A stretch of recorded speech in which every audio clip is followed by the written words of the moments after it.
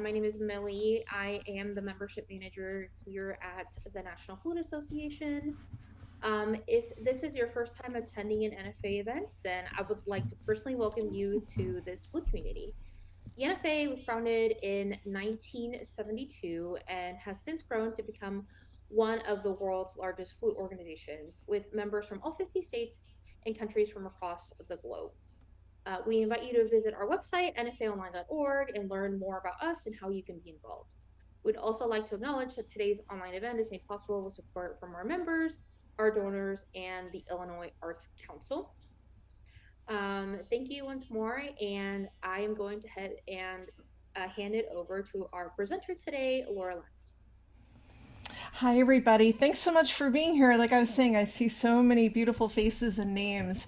And I think I think what I want to do, I'm going to go ahead and share and get started, but please use the chat. Please feel like this is a space for all of us to share ideas or thoughts as things come up. And part of it is creating a community this hour around the idea of noticing and discovery and creating space for those things, and we learn from each other. So I've learned a lot of things from many people, and I continue to have conversations, and all those things are part of this talk today. So let me go ahead and share.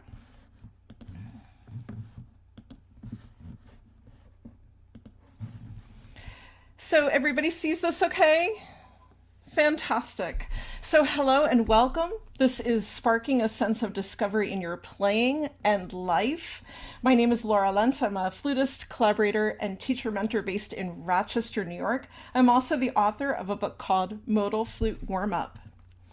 During this hour, you're going to hear some ideas along, some of those ideas from the book, along with some other ideas and inspiration. And like I said, the chat is open for your ideas and inspiration about how to spark a sense of discovery in all we do. When we create space and notice, we create space for discovery. And we're going to start with an exercise exploring peripheral vision.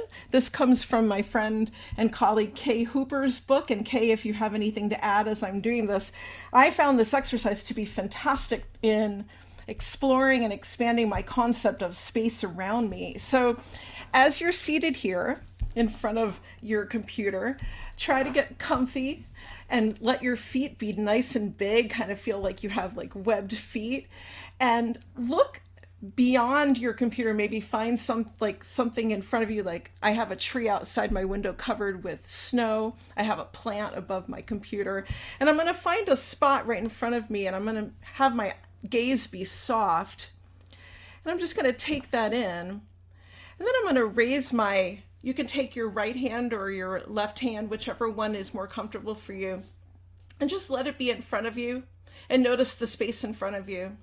And then you're going to raise your arm however comfortable you feel above you. And you'll notice, if you're looking forward still, that you probably won't, maybe you can see your hand mostly, but you may not capture entirely your arm and your hand. So lower it down a little bit where you feel like you're actually seeing everything. And then take your arm and go out to the right. And this is like flute players. We need this space, this peripheral vision around us, because our flute is off to the side, and this helps us so much. So send your arm to the right, and kind of with your peripheral vision, kind of notice where your arm is, and just bring your arm back in, and be aware of that like space that you may not have noticed or been aware of. And you can also do this on your left side on your own. I did this yesterday and a couple days during the week, because I really wanted to experience it before talking about it. And it changed my sound. It changed the way that I actually related to my instrument.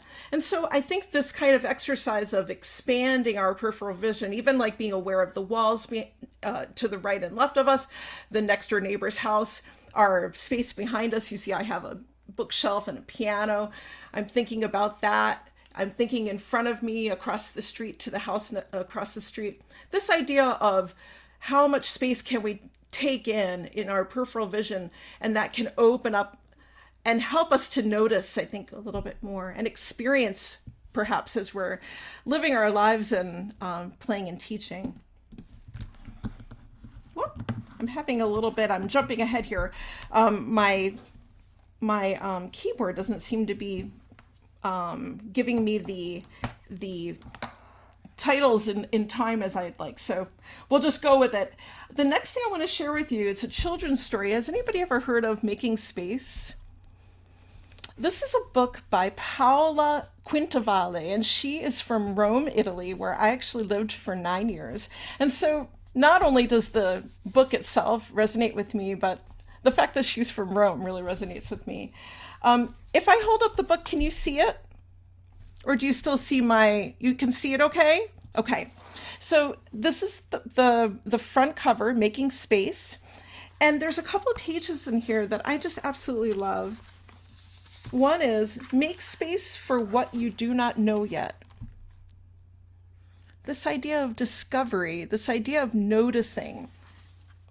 How about for something that you're good at? Make space for something you're good at. And I love this one. I mean, I love the whole book.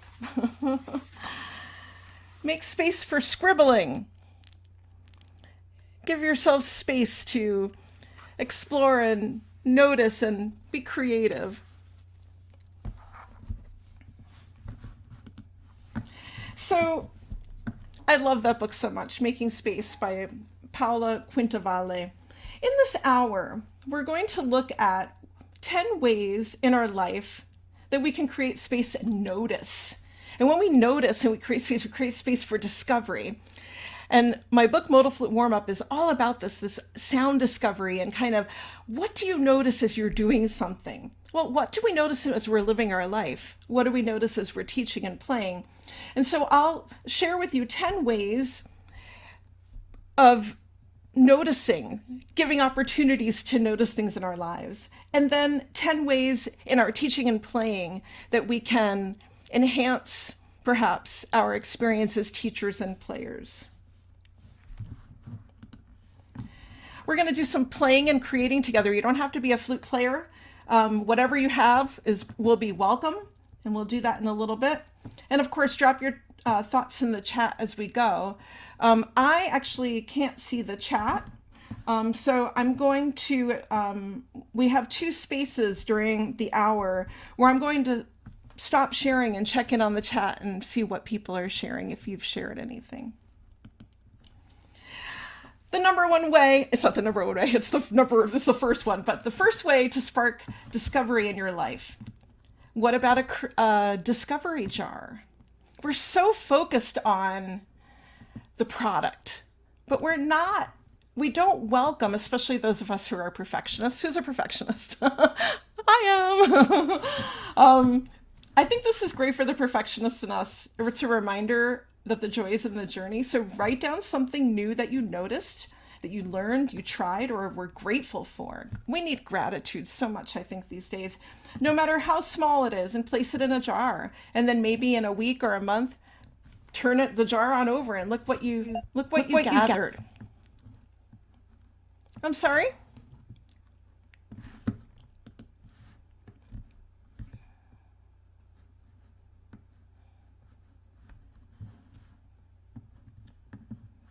Please share the author and publisher. Oh, of the children's book?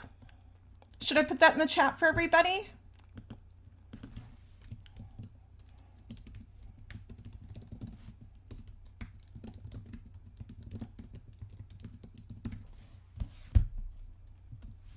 Do you all see that? All right. Okay. Thanks for that question. And please, now I have the chat in front of me so I can see everything that comes in. So the second way to spark discovery in your life. And again, these are just things that I've gathered. And as we're going, if you have other things, we'll have space to talk about those. So find new patterns in the ordinary. Do you see this little design as part of the PowerPoint? I've been looking at it because I've been practicing the presentation. Every time I look at that pattern, I try to pull out a different color. So like the whites or the blues or the yellows, or for example, maybe your morning coffee cup. I have one of my favorite mugs is things could be worse mug. So it's a useful one these days, I think. And looking at that, looking for different designs, looking at your favorite tree outside, maybe noticing something different in the bark, a branch, your usual route to work. Maybe you might go slower. You might see if you can walk part of the way or something, and then see these things you experience on a regular basis in a new light. Notice what you notice. Take a break from technology as we're sitting here on a Zoom, but sometimes it is really nice to connect and technology helps us do that. But it is important to disconnect.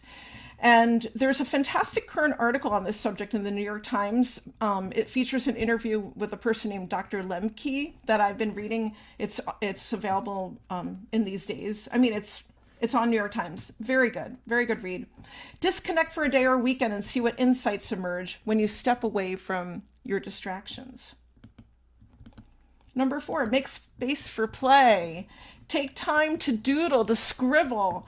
Make a fun to-do list, to dance, to improvise. And play is so important, isn't it? It sparks our imagination. We forget as adults, I think, how important play is and what we can learn from it. Immerse in nature. I went for a walk yesterday at Mendon Ponds, my favorite place here in Rochester. And it completely changes your mood and your experience. And I think it opens you up to receive more. I think it puts us in a more grounded space. Go on a walk to simply listen and see what you notice. Create space for silence or for whatever noise or sound you hear or whatever thing you see move as you're walking.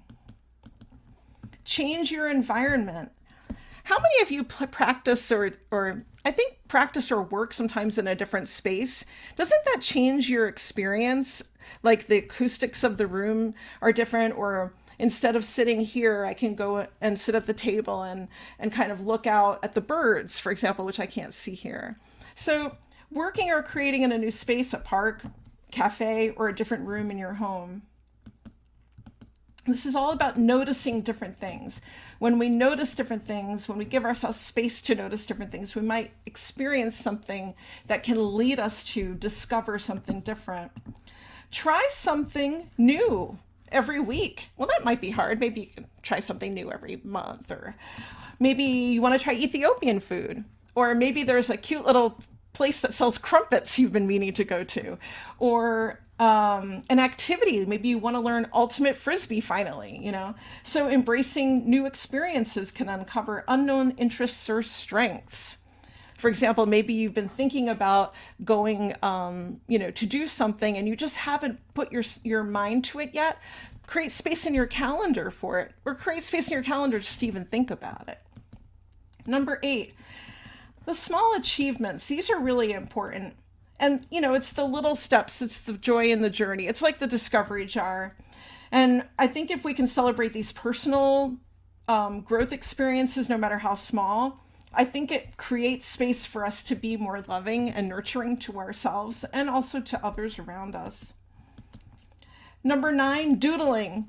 I realized I hadn't doodled for a while, and I'm teaching a class at Nazareth University called Fund Your Creative Work in this semester. And I wanted the students to think about the idea of following their obvious and trusting their selves. And so we put on a timer for 2 minutes and doodled for 2 minutes. And I realized that I was doodling like how I did when I was like 10 or 11 with like squiggles and like these kind of ways. And I hadn't done it in like 40 years. And I was like, there she is. There's that little girl that used to scribble and doodle. And so I do think that it's a really nice reminder of the younger us in some ways, maybe, or tapping into that. And I see Abby wrote, I like doing computer work in a different room or coffee shop. I never thought about doing that with my flute. Yeah. I mean, if you're a pianist, right, maybe you're stuck in the same room, but I don't know. I mean, I think if maybe we can sing in a different room or do score study in a different room or practice with a metronome in a different room. So yeah, I think I find it to be really helpful. So yeah, doodling. and brainstorming, allowing our mind to wander with no specific goal. We're so goal oriented. Doodles, sketches, or mind maps can unlock new creative ideas and connections. Do you guys know what a mind map is?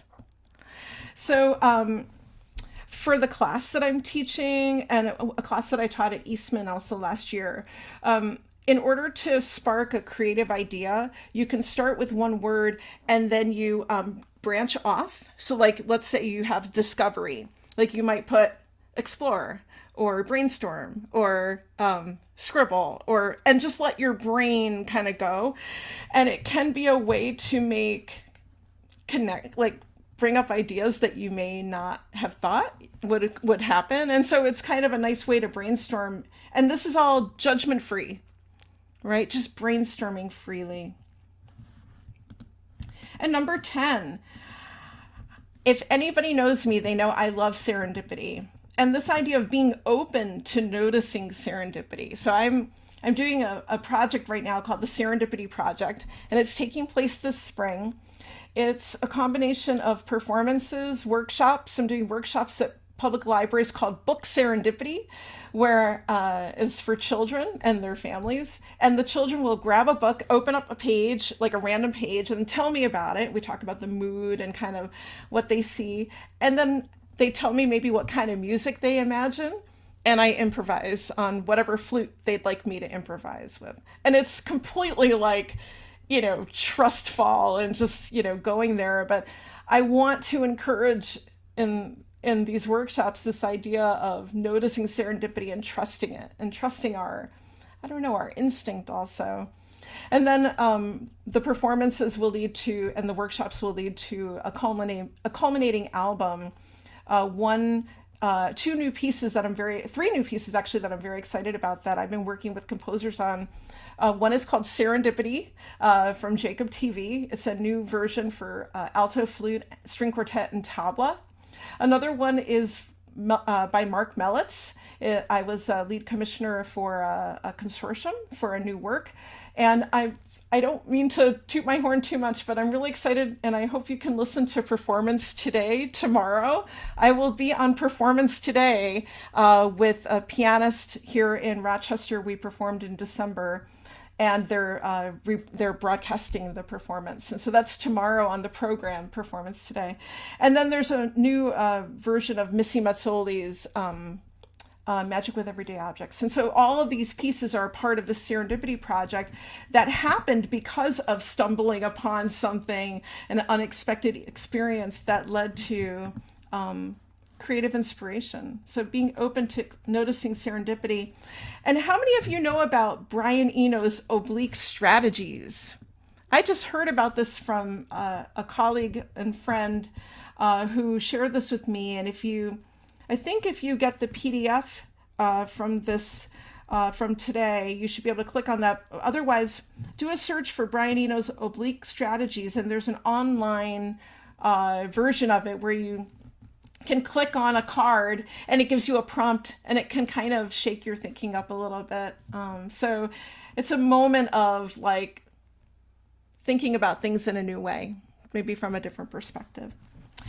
So any other ideas or thoughts? This is a time where I'd love to hear anything from you, something that struck you, that you noticed, that had meaning for you in those 10 ways. Another way that you'd like to spark discovery in your life that I maybe didn't think of. And if you have anything to share, it's absolutely welcome in the chat.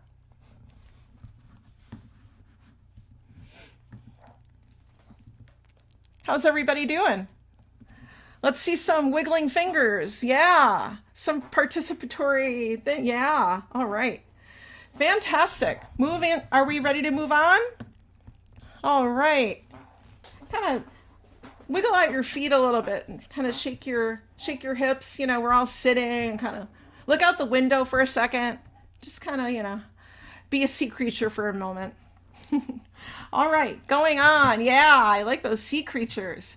All right, so obviously some of those things we can bring into our playing and teaching, and we will, but there's some other things that are really specific, I think, to what we do as as musicians, playing and teaching. We do all this stuff on a regular basis, and I touch on a lot of these in my book. And the key word is notice.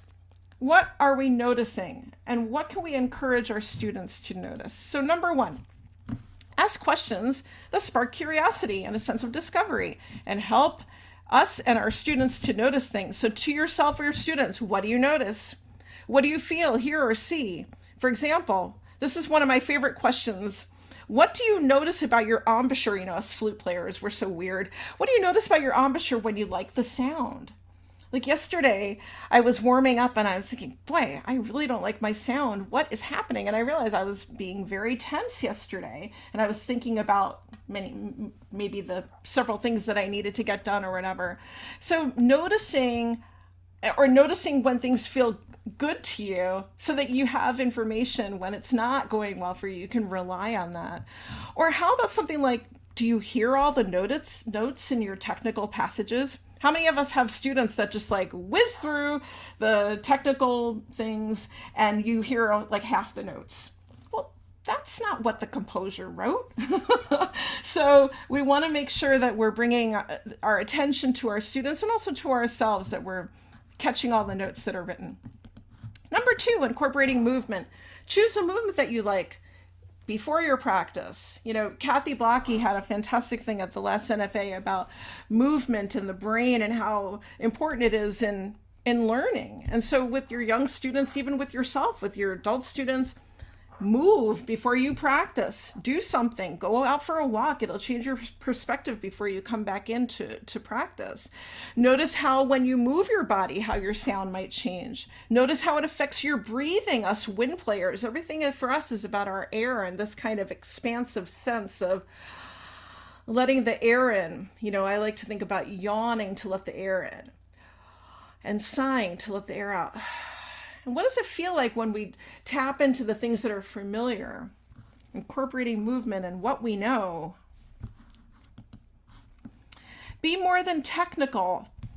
When I was writing my book, I felt like, and I remember having a conversation with Lee Pearson, and, I said, my book feels so technical. And she's like, well, if you focus on what things people can notice, then that's what you want to focus on. And so I think it's really important to focus on what we're feeling, emotions that we may experience, the sensations we have, vibrations under our fingers, even imagining colors, and so this book, Modal Flute Warm-Up, was really important to me because of the color possibility, and that offers this kind of other aspect that we can think about. So think about the changing colors or sweeping along phrase or emotions you are feeling as you play, and invite your students to consider these. Number 4, take breaks when needed. How many of us just keep playing through, keep teaching through? Obviously, sometimes I say to my student, listen, can we just do like some shoulder shrugs? Can we just like wiggle our fingers for a second? Can we just, tell me a joke? Like one of my students gave me a joke, like punny joke book. Awful, it's like terrible jokes because they're so bad, they're funny. But sometimes and I think if we share with our students our vulnerability, like, wow, I've had a really long day, like, hey, do you have a joke you can share? Put me in a different mood. And so what we're doing is we're showing our students that we're listening to our body and mind, and it's inviting them to think about, wow, it's okay for my teacher to do that. So, okay, it's important for me to do it. Consider sighing together with your student, like, January's been hard. Or let's improvise. Let's take one of these modes here and let's just what are you thinking? So take breaks, even jumping jacks. Some of my young student, Molly, who's, I can't believe, going to be in 4th grade. We stop every couple minutes to do some jumping jacks or something where we walk around the room. And it's a reminder of the need to take a break. Number 5, be creative. So I have 3 slides on this one. So I love changing the style of a piece that you're playing. So if you go on my Spotify page, I actually did something that I was a little nervous about doing, but I had so much fun doing it. I was on a walk with my son Luca, who is a piano major at Bowling Green, and we're in the Adirondacks with my husband too. And I was saying, I love Syrinx so much, but I don't like the story. I don't like that she dies, and I don't like that, I don't like that. And Luca, my wonderful son, says, "Well, why don't you retell the story?" Okay, how can I retell the story? Well, what if she lives? And we brainstormed and came up with an idea that maybe we can have electronics that have a two-note motif, because the number two represents feminine grace and power, and let her live. So you never know what a retelling can do. Now, it was a little scary taking such an important work for us, but I feel like it opened a door of creativity for myself, and it changed my experience with the piece. So how can you do that? You can maybe take a classical piece and play it in a jazz style, for example. The second thing, improvise freely on a mode with a student. My student Tarp, he's a sixth grader. He always says to me at the end of the lesson, "Laura, can we do that improvising together?" And he's like, "I'm really feeling Locrian today." And I'm like, that is the coolest thing ever. Okay, so let's jam on Locrian. I also use Will Offerman's. He has an improvisation calendar. Do you know about that? That is a really great, here, I'll put it in the chat. Do you want to see what it looks like? Okay, let me grab it.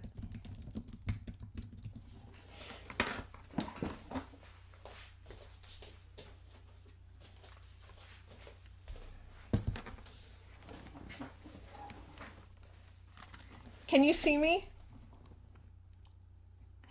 So Will Offermans is, like, we all know him, fantastic Dutch flutist, and super creative guy. And in this book, there's different pictures like this. And you can just have your student open up to one. And I always tell them, if you don't like the picture you chose, pick another one. And then we talk about, like, oh, well, what mode, or what are you thinking? Are you thinking like a certain scale, or would you like to go modal? Do you want to do, like, do you have they know the modes, my kids, so, and they're like, I'm thinking, even though that's kind of rainy, I'm maybe not feeling super dark because I'm kind of in a good mood and I'm kind of feeling reflective. So maybe could we do Dorian? I'm like, okay. So then we just start jamming on Dorian, however, and I let the student lead and I follow them and just enjoy all of the weird and cool and uncomfortable and fun things that come up. And, just creating a space for noticing that it's okay to improvise and just be creative together. The third slide of be creative, create a piece of music, like record yourself improvising and take an idea you like and develop it.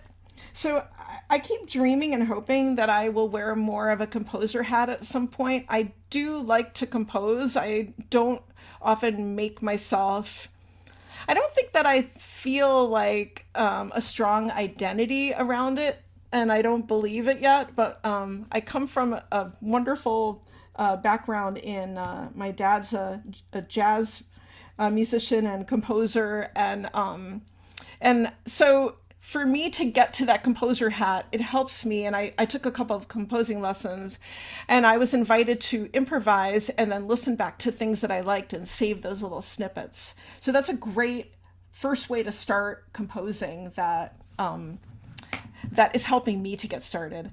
And then, as we talked about with the Will Offermans, create an improvisation based on a visual artwork or a poem you like.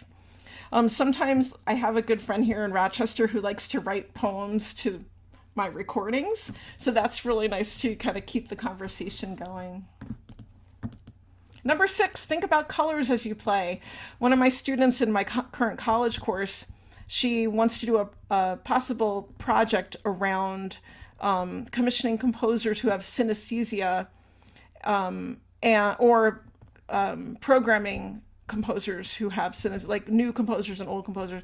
And that's such a cool idea. And so she's looking for grant funding for that. But this is something that in Kay Hooper's book at the end of her sensory tune-ups book, that's just fantastic. She invites us to think about a piece of music as a piece of art. I just love that. What colors do you see? What shapes? And she suggests to make a copy of your music and add color and shape. Kay, do you want to add anything else to that? Am I missing anything? Yeah, it's beautiful. I love it. I love it so much. Number 7, record and listen to your practice sessions. I mean, we do this already, don't we?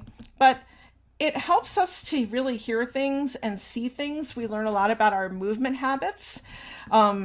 And it also is really good for our students. I like taking pictures of my students' embouchures or their relationship to their flute, and just show them right in the lesson, which I'm sure you all do too. But this kind of immediate feedback so they can see and we can see and hear what we're doing is really important. Let's see. Ginny wrote, legends and folk tales provide opportunities for improvisation on the tale itself. Fantastic. Yes, Pan is particularly is relatable if you imagine the cadenza as a plunge to escape unwanted attention. The entire piece can be interpreted as a flirtation and avoidance. Teens get it. Fantastic. Fantastic. Thank you for sharing that. Experiment with technology. Our students know so much about technology, don't they? I mean, we can ask them to give us some advice. I'm lucky I have an engineer friend who, because I've become more curious about pieces with electronics, and so now I have a whole setup, and it's thanks to him. I don't know much about looping devices, although that's on my list to learn, but kind of expanding your sense of sound and creative palette, that's a curiosity, and boy, what we can learn and discover from that experience. Number 9, journal with any observations you have when practicing or teaching. I mean, not only does this keep us in touch with our flutist or musician selves, but it keeps us in touch about our teaching selves. You know, like, wow, that, Mara really, she really needs an exercise to explore flexibility in her intervals, and just making a note, which we probably all do, but I do think that's, or maybe you can write down something that seemed to work with a student, taking notes after our lessons. It helps us to grow as teachers, but it helps our students also to get better things in their next lesson. And of course, number 10, I had to repeat serendipity again. Noticing serendipity, I think, is really a wonderful and beautiful thing, and part of life. I think I'm wearing earrings that have a serendipitous story that I can share with you offline if anybody wants to hear about it. But any other ideas or things that you do to spark discovery in your playing, your teaching, in your life? And Ginny shares, transparent tape is a great replacement for the highlighter we used in my studio in the 70s for students to find color. Great idea. Removable tape permits changing our minds. It also is good for analyzing content. Fantastic. Fantastic. I'll just give one more minute if anybody has anything else to share. And in a minute, we're going to do some playing, so it doesn't have to be on the flute. It can be on the kazoo. It can be on with your voice. It can be whatever it is that you have near you. So 2 explorations, thinking about some of these things. So we talked about the idea of space, our peripheral sense of space, even sitting here, kind of expanding this inclusive awareness in front of us, in back of us. We've been talking about movement and how movement can impact what we do and how we feel as we're doing that. We're going to take a look at one exercise from my book, and this can be played on any instrument. And it's an exercise that has space. And I will tell you a quick story about discovering this exercise. This exercise is originally from Sam Barron. He's was a famous flutist and teacher.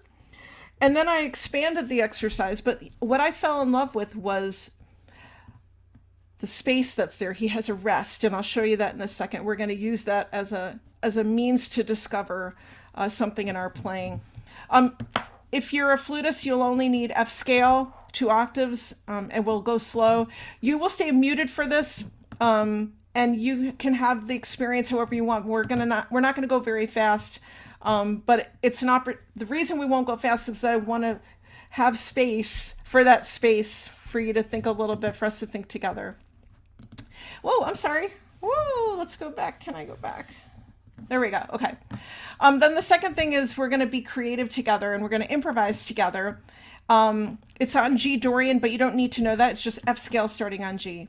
And for that, we're going to go wild and unmute, and it's going to be total chaos. So it'll be fun. I've done this with groups of people and in person, and it's just fantastic.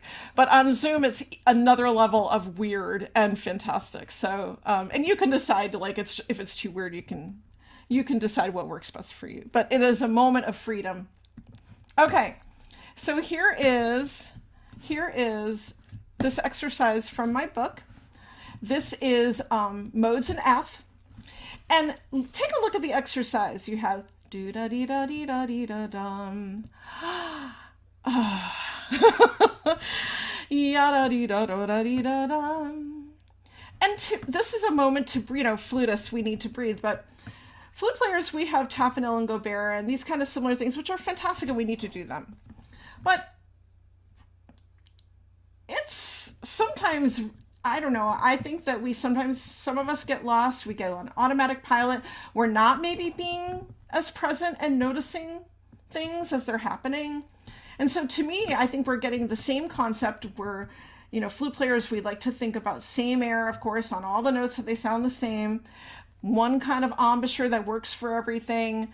And so we're kind of getting everything, and we can go as fast as we want. But this idea of this rest, to me, is magic. And so as we play this together, I want you to think about anything you notice during those rests, such as like, what kind of breath are you taking? What are you feeling? Is your back engaged? Are you feeling that you're breathing into your peripheral space and vision, this kind of taking of space? Is your breath noisy? Is it whole body? And what are your shoulders doing? And if you're not a wind player, what are you doing with your shoulders, or how are you tightening with your hands, or what sorts of things can you think about? And again, the goal, you can go at a faster tempo, but today we're going to go at a slower tempo, and you can use this as an opportunity to engage with yourself and your students about what you can notice during those rests. And I put here on the side, expanded space. Consider the expanded sense of space we explored. Does it change your playing experience? And then on the right side, this is something about when we'll improvise in a moment.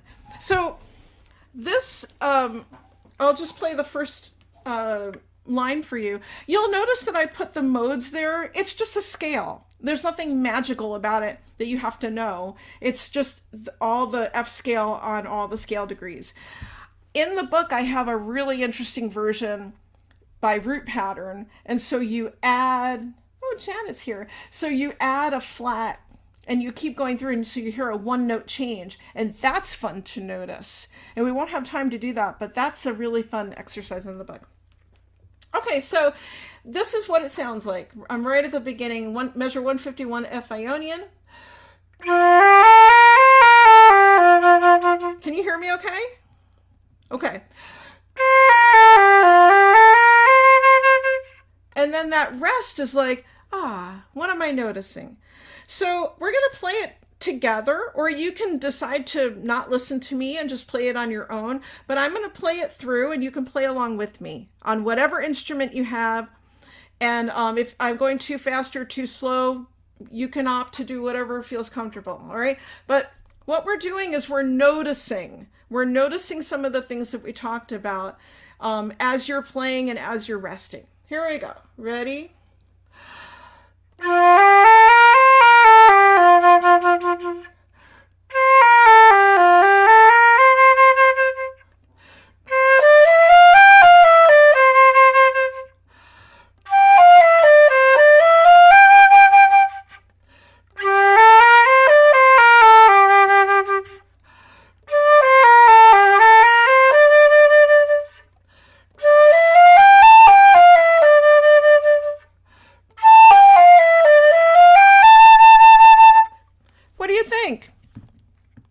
want to keep going?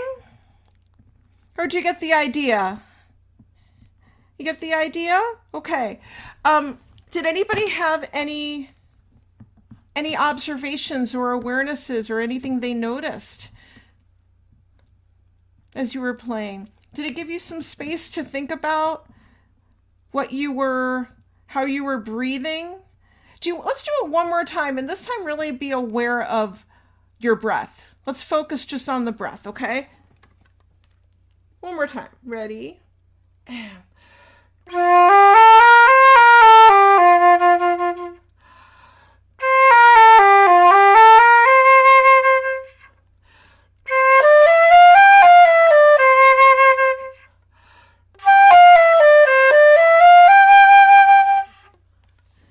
Any observations? Any thoughts? Anything you noticed?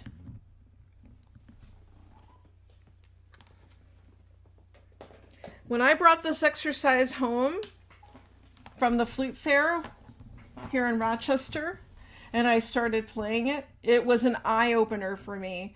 And it's been an eye-opener for my students because I think that my tone has improved, my pitch has improved, my experience of doing this kind of work has improved. And now I can bring this back on over to harder things like Taffanel and Gobert and Sook and my students after having some space to think about some of those things. So we're going to take any thoughts, anything?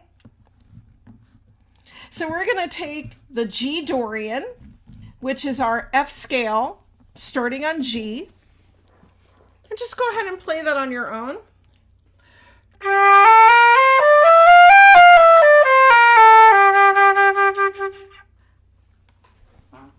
And what we're going to do, and this is our moment of craziness, we're all going to unmute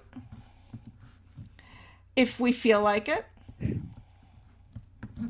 I notice more vibrato with the rest when thinking about breathing. Fantastic, Paul. That's a great observation. And it's this kind of stuff that I think that we may not be aware of or notice as much. So if you have any other thoughts, and if you want to contact me via my website, I'd love to hear if you have any other experiences for those of you who have experienced the book. This PDF will be available to everybody also who's attending. And so you can try this on your own, and I'd love to hear from you. So we're going to improvise now. And like I said, if you feel comfortable unmuting, I would invite you to think about if the experience is different, if you close your eyes. You can also decide that you would prefer to stay muted and experience just improvising on your own. And you might want to think what it felt like to improvise if you haven't in a while. Or if you want to think about an expanded sense of space or moving, you could turn your video off and move in the privacy of your home. However you want to experience this, I'm going to go for the weird sound aspect, that's something I want to notice. And so that's the thing I'm going to pay attention to, because I like being in community with others.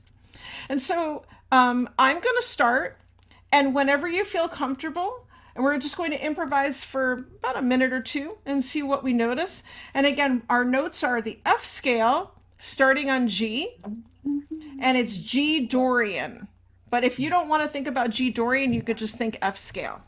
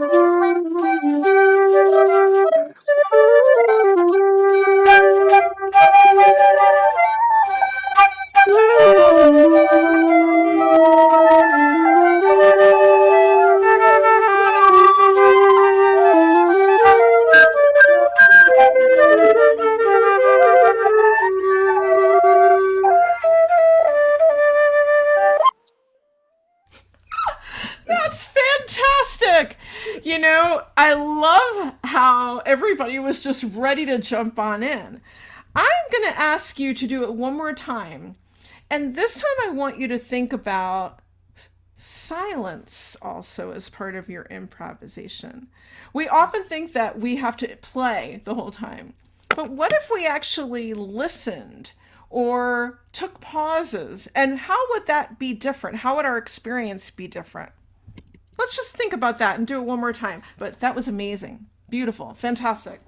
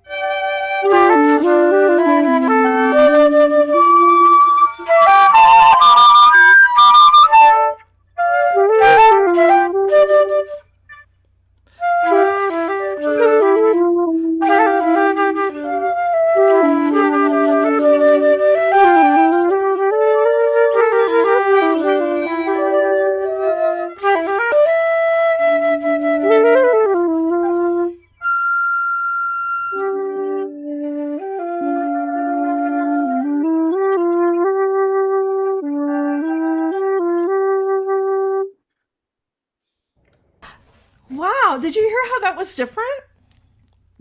Really interesting.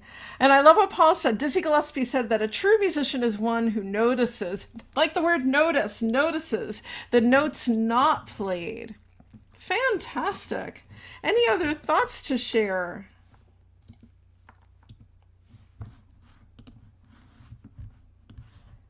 Any takeaways? Any thoughts? I just want to thank you for making space in your day for this session. These are a couple of resources that I mentioned and people that that helped me with today. There's some other people that helped me, and these people are people that I've met with and had conversations with to get ready for today.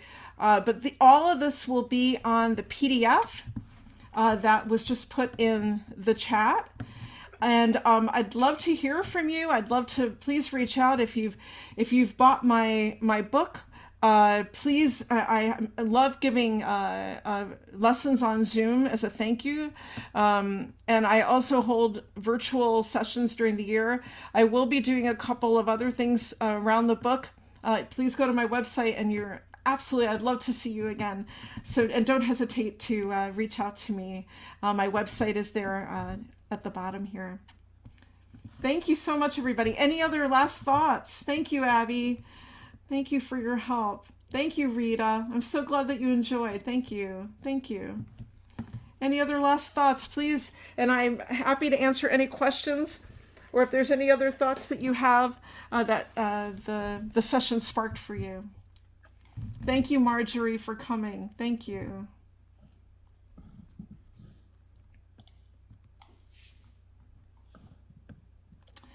Hi, Nanette. I'll see you in a month. I'm so excited. Thank you. Oh, thank you. Thank you, Patty. Thank you, Kay. And thank you, I'm not sure who this is here, Kay Hapbish. I don't want to say a name incorrectly, but thank you. Thank you, Paul. Oh, I appreciate it so much. I'm glad that some of these ideas resonated. Denise, thank you. Thank you so much, Ginny. Thank you also. I appreciate your kind words. I'm glad that you were able to get something from today. And if you think of anything else, I'd love to hear from you. So don't hesitate. Never too old to try new things. Absolutely. Keep learning. Life is for learning, right? And having these opportunities to think, it's been wonderful for me, so I appreciate the opportunity, and I totally want to thank National Flute Association for the opportunity to be here with all of you today. Thank you. I'm so glad this was great fun. And please, if you have any other ideas about discovery and noticing that I didn't mention, I'd love to hear from you. Thank you, everybody. Thank you Thank so you, much. everyone. Thank Again, you. thank you to Laura. Thank you you. for everybody who attended today. I put this in the chat, but just a reminder: a recording of this will be up on our YouTube channel next week. If you want to rehash some ideas that Laura mentioned today, or if you want to share it with your friends or students, our next online event will be this upcoming Sunday. To learn more about that event or anything else, please go to our website, nfaonline.org, or of course, follow us on social media at NFA Flute. Again, my name is Millie. Thank you all for joining us this afternoon, and we hope to see you at our next virtual event. Thank you, everybody. Have a great rest of your day. Bye bye.